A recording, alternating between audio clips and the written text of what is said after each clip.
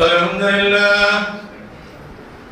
لله الذي نحمده ونستعينه ونستغفره ونؤمن به ونتوكل عليه ونعوذ بالله من شرور أنفسنا ومن سيئات أعمالنا من يهد الله فلا مضل له ومن يضلل فلا هادي له وأشهد أن لا إله إلا الله وحده لا شريك له وأشهد أن محمدا عبده ورسوله أرسله بالحق بشيرا ونذيرا أما بعد فإن خير الحديث كتاب الله وخير الهدي هدي محمد صلى الله عليه وسلم شر الأمور محدثاتها وكل محدثة بدعة وكل بدعة ضلالة وكل ضلالة في النار.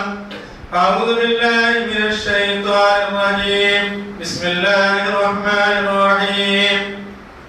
قاف والقرآن المجيد بل علموا أن جاءهم منذر منهم فقال الكافرون هذا شيء عجيب أإذا متنا وكنا ترابا ذلك رجع بعيد قد علمنا ما تنقص الأرض منهم وعندنا كتاب حفيظ بل كذبوا بالحق لما جاءهم فهم في أمر مريض أفلم ينظروا إلى السماء فوقهم كيف بنيناها وزيناها وما لها من فروج والأرض مددناها وألقينا فيها رواسي وأنبتنا فيها من كل زوج بهيج تبصرة وذكرى لكل عبد منيب ونزلنا من السماء ماء مباركا فأنبتنا به جنات وحب الحصيد. وقال في موضع آخر يا أيها الذين آمنوا كتب عليكم الصيام كما كتب على الذين من قبلكم لعلكم تتقون.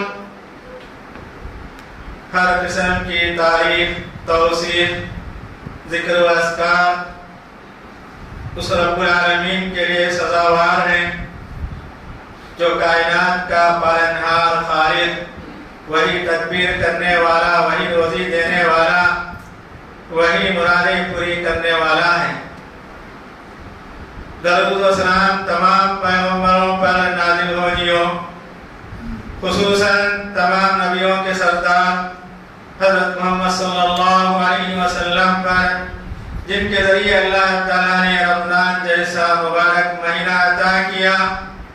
اسی مبارک مہینے میں اللہ تعالیٰ نے قرآن مجید کو نازل کیا، اور یہی رمضان جو ساری دنیا پر سایہ فگن ہے، تمام مسلمان اس کے اجر و ثواب میں مصروف ہیں.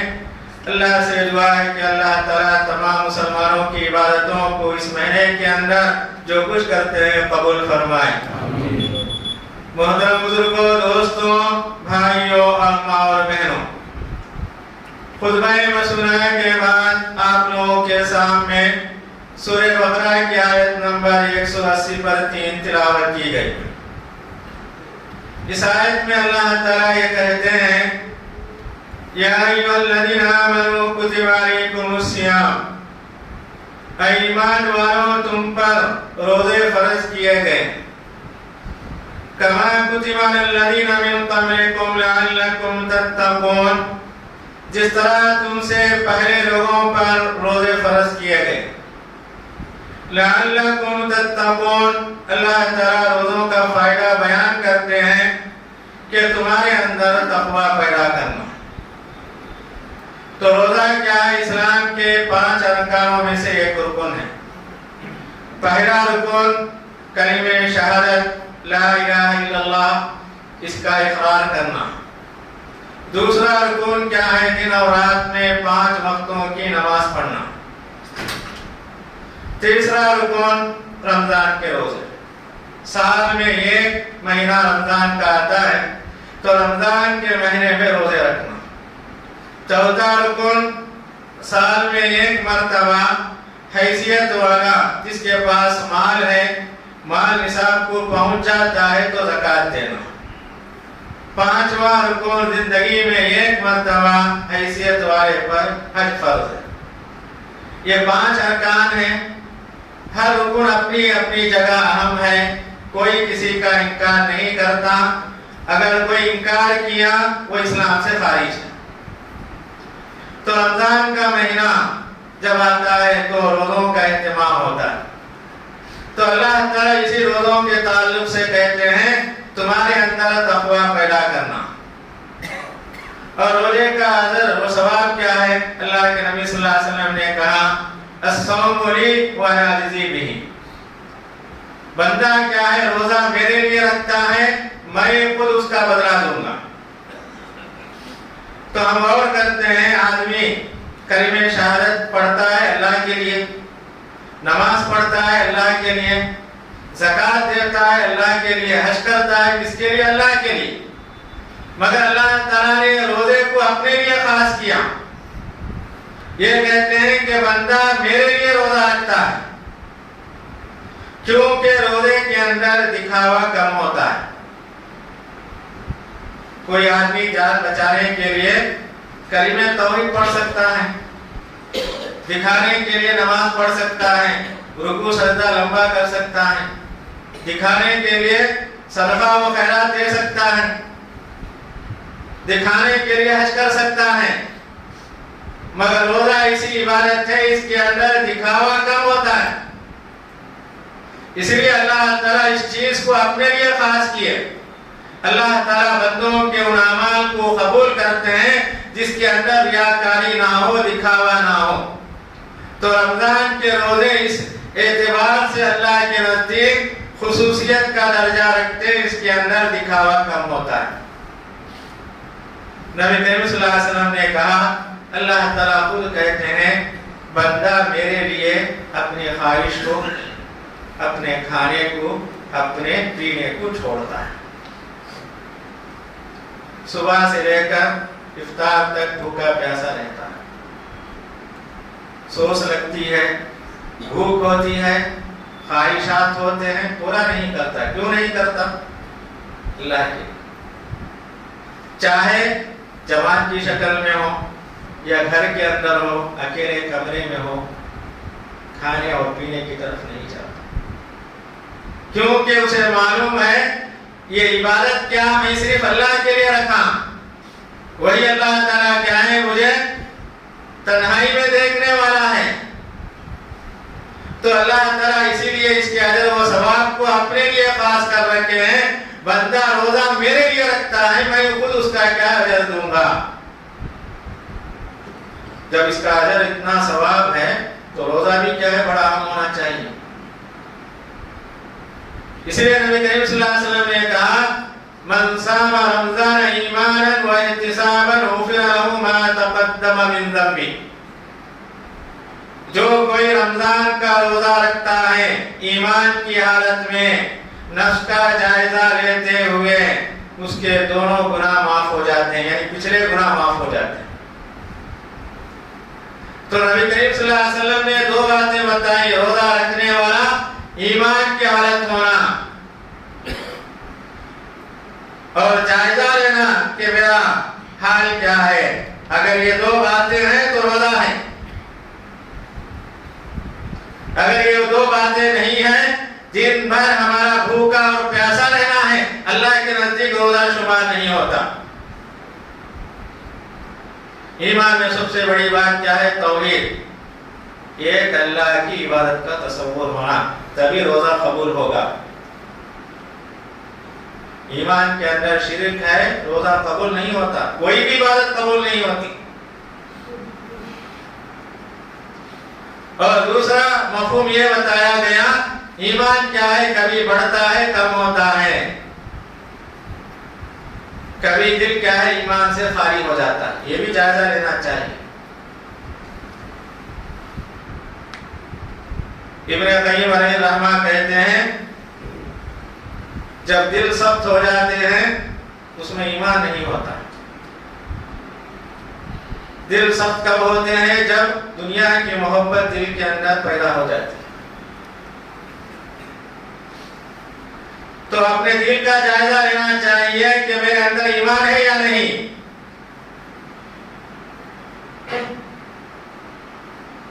بنی اسرائیل کے تعلق سے اللہ تعالیٰ کہتے ہیں ثم قست قلوبکم من بعد ذلک فہی کالحجارۃ او اشد قسوۃ. بنی اسرائیل کے دل ایسے سخت ہو گئے گویا پتھر یا اس سے بھی زیادہ سخت ہو گئے کہ ان کے اندر ایمان نہیں تھا. اور اللہ تعالیٰ کہتے ہیں پتھروں کے اندر یہ تاثیر ہے، بعض پتھر پھوٹتے ہیں اس کے اندر نہریں نکلتی ہیں، بعض پتھر پھٹتے ہیں اس کے اندر پانی نکلتا ہے، بعض پتھر اونچی جگہ سے نیچے گرتے ہیں، پتھر حرکت کرتے ہیں، مگر دل کی کیفیت کیا ہے؟ اس سے بھی زیادہ سخت ہو جاتی ہے.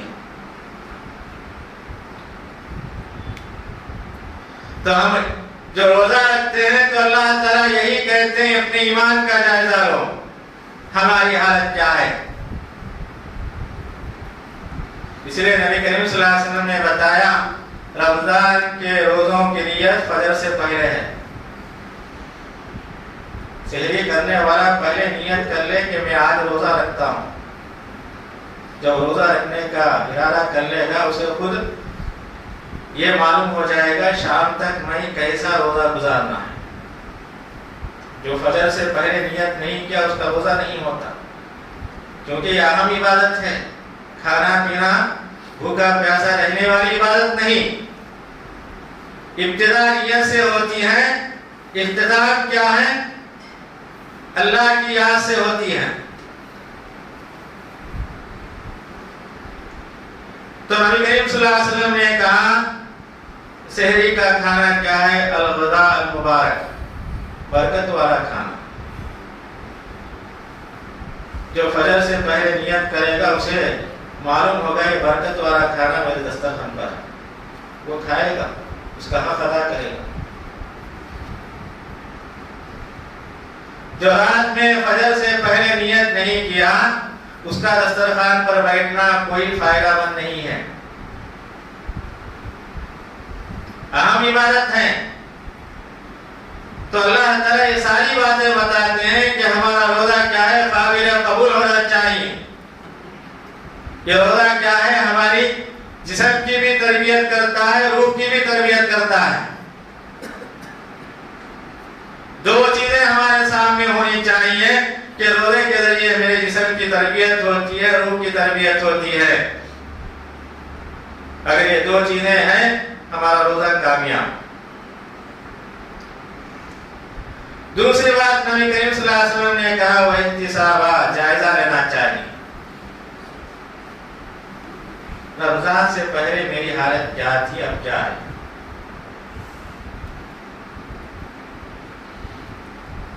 اب میں روزہ رکھتا ہوں، اس کا مقصد کیا ہے؟ تبھی روزہ اللہ کے نزدیک قابل قبول ہوگا. نبی کریم صلی اللہ علیہ وسلم نے یہی کہا جو آدمی رمضان کا روزہ رکھتا ہے ایمان کی حالت میں نفس کا جائزہ لیتے ہوئے تبھی اس کے پچھلے گناہ معاف ہوتے ہیں. یہ دو چیزیں نہیں ہیں پرانے گناہوں کی مغفرت نہیں ہوتی. سحری کرنے کے لیے بیٹھتے ہیں، ہمارے سامنے یہ نقشہ ہے میرے پچھلے گناہ معاف ہونے والے.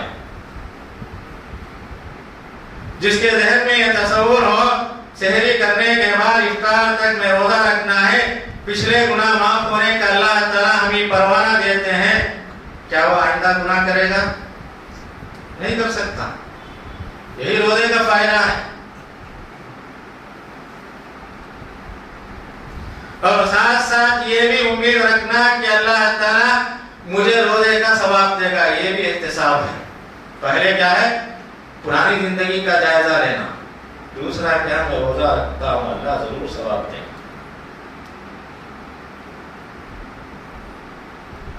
جب یہ دو باتیں ہوں، ہماری سحری کھانا برکت والی چیز ہے، شام تک ہمارا روزہ کیا ہے؟ کنٹرول میں رہے گا. کیونکہ ہم نے ایمان کا جائزہ لیا، نفس کا جائزہ لیا، ثواب کی نیت کر کے ہم دسترخوان پر بیٹھے. کیا ہمارے روزے کے اندر فرق آ سکتا ہے؟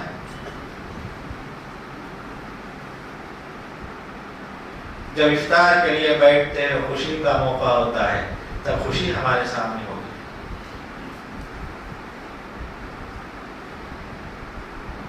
کیونکہ نبی کریم صلی اللہ علیہ وسلم نے کہا میری امت کیا ہے بھلائی پر رہیں گے جب وہ افطاری میں جلدی کریں. جلدی کرنے کا مطلب یہ ہے سورج غروب ہوتے ہی افطار کر لینا چاہیے. اس کے اندر تاخیر نہیں کرنا چاہیے کہ سورج غروب ہوا ہے یا نہیں ہوا ہے، یا غروب ہونے کے بعد 2-3 منٹ کا وقفہ دیا جائے تاکہ ہمارے روزے کے اندر پورا اطمینان ہو جائے. نہیں ہونا چاہیے.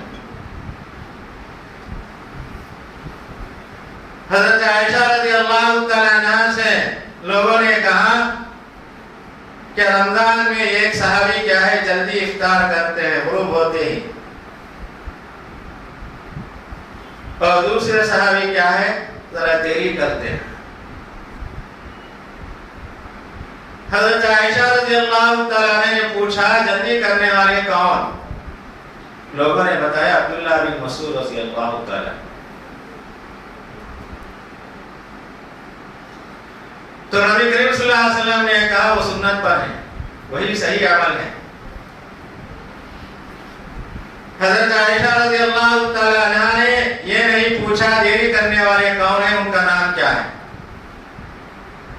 جو سنت پر ہوتی ہے اسی کا سوال ہوتا ہے، اسی کی اتباع کرنا چاہیے. جو سنت سے چھوڑ کر غیر سنت پر عمل کرتا ہے اس کے بارے میں نہ پوچھا جائے گا نہ عمل کیا جائے گا. تو نبی کریم صلی اللہ علیہ وسلم نے کہا جب میری امت افطار کرتی ہے جلدی کرتی ہے بھلائی پر ہے، خوشی کا وقت ہوتا ہے، روزہ یہ خیال کرتا ہے صبح میں نے مبارک غذا کھائی سحری کھائی اب اللہ تعالیٰ مجھے روزہ کھولنے کا حکم دیا، جو بھی اس کے سامنے میسر ہے خوشی سے وہ کھاتا ہے. کہ اللہ تعالیٰ اس بندے کی خوشی کو قبول نہیں کرے گا؟ جو بندہ صبح سے لے کر شام تک اللہ کی اطاعت میں رہا، جب وہ دعا کرتا ہے کیا اس کی دعا قبول نہیں ہوگی؟ تو نبی کریم صلی اللہ علیہ وسلم نے کہا افطار کی دعا قبول ہونے والی ہے.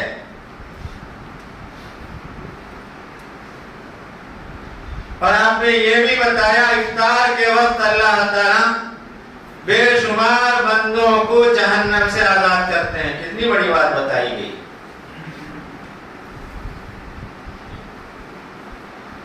بارہ گھنٹہ یا 12.5 گھنٹے بھوکے پیاسے رہتے ہیں، اس کا یہ انعام بتایا گیا کہ جہنم سے آزادی کا اعلان ہوتا ہے.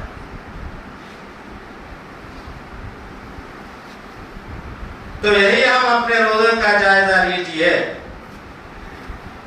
کہ ہمارے روزے کیسے گزرتے ہیں. رمضان شروع ہوا 5 دن ہو گئے، 6واں دن ہے اور 24 یا 25 دن باقی ہیں. یہی کیفیت کیا ہے باقی ایام میں ہونی چاہیے. خود نبی کریم صلی اللہ علیہ وسلم کا عمل جو تھا رمضان کے اندر، اللہ تعالیٰ آپ کے اگلے پچھلے گناہ معاف کر دیا، پھر بھی آپ رمضان کی بھلائیوں سے پیچھے نہیں ہٹنے والے تھے. روزہ رکھتے، قیام اللیل تراویح کا آپ اہتمام کرتے،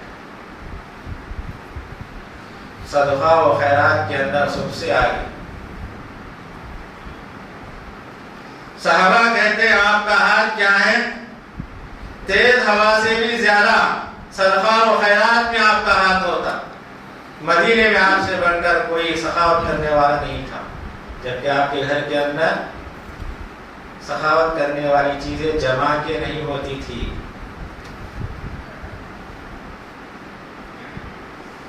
حضرت عائشہ رضی اللہ تعالیٰ عنہ بیان فرماتی ہے 6 مہینے تک گھر میں چولہا نہیں جلتا تھا، کھجور اور پانی سے زندگی بسر ہوتی، پھر سخاوت کہاں سے آتی؟ جس کا ایمان اللہ پر ہو اللہ تعالیٰ اس کے لیے سخاوت کے ذریعے یعنی دروازے، خیرات کے دروازے، نیکیوں کے دروازے کھول دیتے ہیں. جس کا ایمان اللہ پر نہ ہو کوئی دروازہ اس کے لیے نہیں کھلتا۔ تو نبی کریم صلی اللہ علیہ وسلم کی گھر کی حالت یہ تھی، آپ کے گھر کے اندر سونا چاندی کچھ بھی نہیں تھا۔ رمضان جیسے ہی شروع ہوتا، سخاوت میں آپ کا ہاتھ سب سے لمبا ہوتا، زیادہ ہوتا۔ یہ اللہ کی مہربانی آپ کے اوپر تھی، کبھی بھی آپ نے اپنے لیے جمع کر کے نہیں رکھا۔ خود اللہ تعالیٰ نے آپ سے کہا اگر آپ چاہیں تو احد پہاڑ کو میں سونا بنا کے آپ کے سامنے پیش کر دوں گا۔ احد پہاڑ کیا ہے؟ 7 کلومیٹر تک پھیلا ہوا ہے، لمبا چوڑا پہاڑ۔ تو نبی کریم صلی اللہ علیہ وسلم نے کہا مجھے اس کی ضرورت نہیں، میں یہ چاہتا ہوں ایک دن کھاؤں تیرا شکریہ ادا کروں، ایک دن بھوکا اور پیاسا نہ ہو تیرے سامنے عاجزی اختیار کروں، میں یہ چاہتا ہوں میری زندگی ایسی ہونی چاہیے۔ اگر فرض کر لیا جائے پہاڑ پر کے سونا چاندی آ جائے، اس کے اندر سخاوت کا جذبہ نہیں ہوتا۔ جو ہمارے پاس ہے اس میں سخاوت کرتے جائیے، برکت آئے گی۔ سورہ بنی اسرائیل کے اندر اللہ تعالیٰ کہتے ہیں اگر کسی انسان کو پہاڑ کے برابر خزانہ دے دیا جائے تو اللہ تعالیٰ کہتے ہیں وہ خرچ کرنے سے پہلے سوچے گا میں خرچ کرتا رہوں گا، یہ کم ہو جائے گا۔ یہ انسانی فطرت ہے، عادت ہے۔ جس کے پاس جمع ہوا مال ہو اسے فوراً خرچ کرنے کی ہمت نہیں ہوتی، یہ سوچتا ہے اگر میں اس میں سے نکالوں تو کم ہو جائے۔ تو نبی کریم صلی اللہ علیہ وسلم جہاں روزوں کے ساتھ نمازوں کا اہتمام کرتے تھے، وہیں صدقہ و خیرات کے اندر آگے تھے، اور ساتھ ساتھ اعتکاف کا بھی آپ اہتمام کیا کرتے۔ آخری عشرے میں 10 دنوں کا اعتکاف کرنا سنت ہے۔ نبی کریم صلی اللہ علیہ وسلم 1 سال اعتکاف نہیں کیے، آپ نے اس کی قضا شعبان میں کی۔ آپ کا شوق جذبہ دیکھیے، اس سال مہینے رمضان میں اعتکاف نہیں کیا تو آپ نے اس کی قضا کیا؟ شوال میں ادا کی۔ عبادتوں سے آپ غافل نہیں تھے، اس کے اندر پیچھے رہنے والے نہیں تھے آپ۔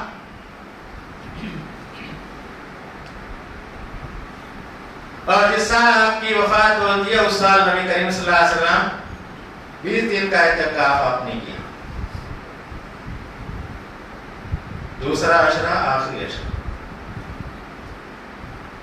یہ آپ کا شوق و جذبہ ہے۔ اور یہ بھی حدیث میں آتا ہے جب نبی کریم صلی اللہ علیہ وسلم کو بتایا گیا رمضان میں شب قدر ہے، وہ کون سے عشرے میں آپ کو ابھی نہیں بتایا گیا، اس کے شوق میں نبی کریم صلی اللہ علیہ وسلم پہلے عشرے میں آپ نے اعتکاف کیا۔ عشرہ ختم ہونے کے بعد بتایا گیا اس عشرے میں شب قدر نہیں ہے، پھر آپ نے دوسرے عشرے میں اعتکاف کیا۔ عشرہ ختم ہونے کے بعد بتایا گیا اس میں بھی شب قدر نہیں ہے، پھر آپ کو بتایا گیا کہ آخری عشرے میں شب قدر ہے تو آپ نے اعتکاف کیا۔ اعتکاف کی سنت تھی، آپ کے بعد آپ کی بیویوں نے بھی اعتکاف کیا۔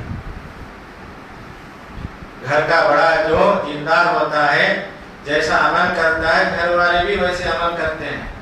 آپ کے بعد آپ کی ازواج نے اعتکاف کرنا مسجد نبوی کے اندر شروع کر دیا، اور نبی کریم صلی اللہ علیہ وسلم اس مہینے میں قرآن مجید کی تلاوت کیا کرتے ہیں۔ رمضان کیا ہے؟ قرآن کا مہینہ۔ شہر رمضان الذی انزل فیہ القرآن ھدی للناس وبینات من الھدی والفرقان۔ رمضان کا وہ مہینہ ہے جس میں اللہ تعالیٰ نے قرآن کو نازل کیا۔ قرآن کیا ہے؟ لوگوں کے لیے ہدایت ہے۔ قرآن مجید کے اندر کیا ہے؟ حق اور باطل کے درمیان فرق کرنے کی دلائل، ہدایتیں ہیں۔ ہدایت والی کتاب ہے، سال میں 1 مرتبہ دنیا کے تمام مساجد کے اندر اس کا دورہ ہوتا ہے۔ یہ قرآن کیا ہے؟ ہر ایک کائنہ ہے۔ رمضان میں ہر آدمی اپنے سامنے قرآن کو رکھ کے دیکھے وہ قرآن کے اندر کہاں تک ہے۔ یہ جائزہ لینے والی چیز ہے۔